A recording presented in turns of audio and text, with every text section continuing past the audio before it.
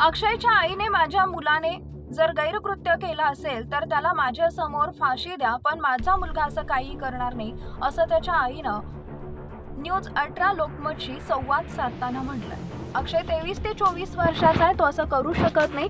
तो आधी माझ्यासोबत सोसायटीचे कामं करायचा. त्यानं गुन्हा केला असेल तर माझ्यासमोर त्याला फाशी दिली तरी चालेल, पण माझा मुलगा असं काही करणार नाही यावर मला विश्वास आहे. मी पण तिकडेच झाडू मारायच्या कामाला आहे. अक्षयची 10वी नापास आहे. तो असं काही करू शकत नाही.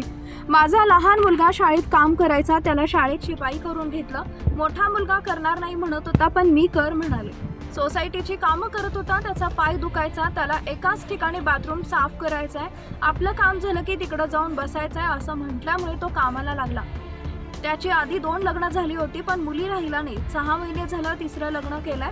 तिला 5वा महिना चालू आहे. घरी येऊन आम्हाला मारलं, कोणी आम्हाला मदत केली नाही. घरातील भांडी कुंडी सगळं आमचं तुटलं. नवरा आवडत नाही म्हणून आधीच्या 2 मुली निघून गेल्या. माझा मुलगा माझ्याबरोबर राहतो.